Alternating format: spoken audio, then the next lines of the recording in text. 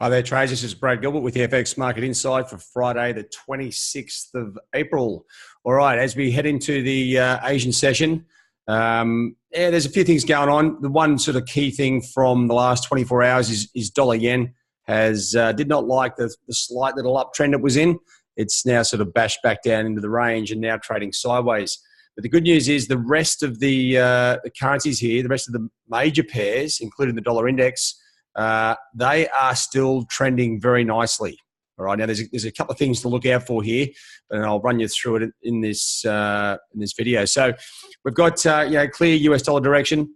When we say it's in an uptrend too, it doesn't mean it just keeps going up and up and up. There are moments where the currencies will pause on these moves. They are still in that uptrend, but they are just having a pause as we wait for the various economic releases to roll through the week. But we do have the dollar still moving topside, dollar CAD, dollar Swiss.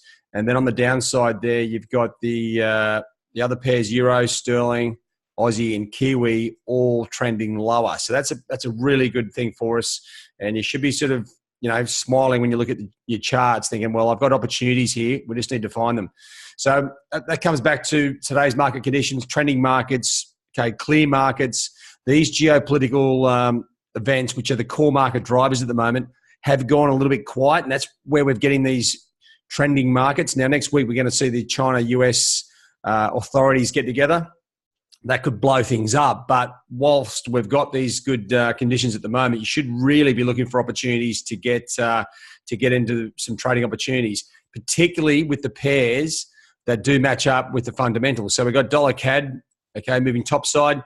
Now, don't get mistaken, with the CAD, the Bank of Canada have moved into a sort of dovey situation. So I've got the CAD up because it's quoted as dollar CAD. So that's so those two things there are moving together. And likewise, you can obviously see Euro, Aussie, and Kiwi have all been like this for the last week. They've been moving down. Obviously, Aussie CPI data a few days ago, the key driver for that Aussie move lower. And that's what we've been looking for. So these pairs are the ones you need to focus on. So when you come into the upcoming events, when you're thinking, well, in particular, the advanced GDP out of the US, I wouldn't worry so much about the Aussie PPI. It's just there to let you know it's coming out. But the advanced GDP numbers, that will impact all the major pairs. It's the US dollar.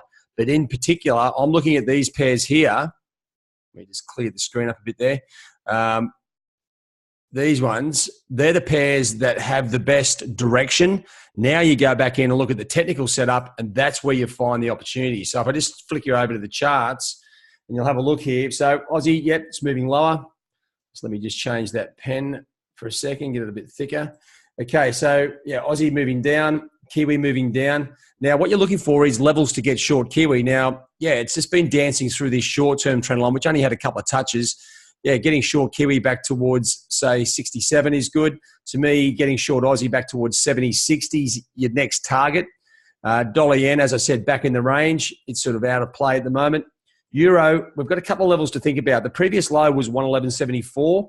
You've also got this major level up towards 112. Now, to me, that's a much better level. It's much safer, but will it break through this top side? That's the big question you got to ask yourself. So you're looking to either get short around 111.60 or back towards 112. What do we got coming out? US advanced GDP. It's going to be the key to doing this.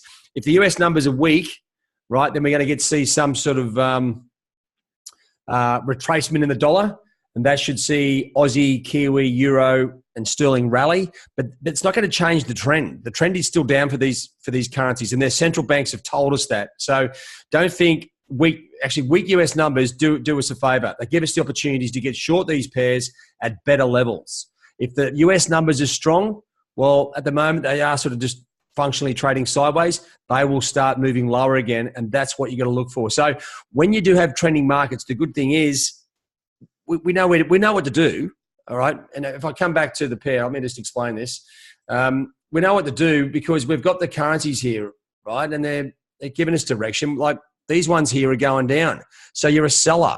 So I'm looking for levels to get short that goes with the fundamental outlook. So when I look at my charts or the data here, I'm like, okay, so if that data comes out weak, does that mean I go and buy all these currencies? No. Well, I won't be. I'll be still looking to sell, but at the higher levels. They should bounce a bit, but it will not change the trend. If the data is strong, well, then these pairs will naturally just fall. Okay, so that's why when you get trending markets, like I'm saying, these are really good trading conditions because we've got the direction. It's so easy. And we've got trend lines now to work with as well. So make sure you are understanding exactly where the opportunities are. All right, guys, that's it from me. It's been a very short week with Easter. For the Australians and the Kiwis out there, we have had Anzac Day yesterday, another holiday. So the week's really muddled, but it actually has been really good. And I hope these conditions last. As I mentioned, the US-China officials are getting together next week. That could really screw up these current trending markets, but we'll see how that plays out. All right, guys, keep an eye out for the US advanced GDP. It's a good chunky number. I'll tell you, if this is strong, the US dollar is going to go for another run to the top side, and we should see all these pairs here drift lower once again. All right, guys, have a good one. We'll catch you in the 247 trade zone. Cheerio.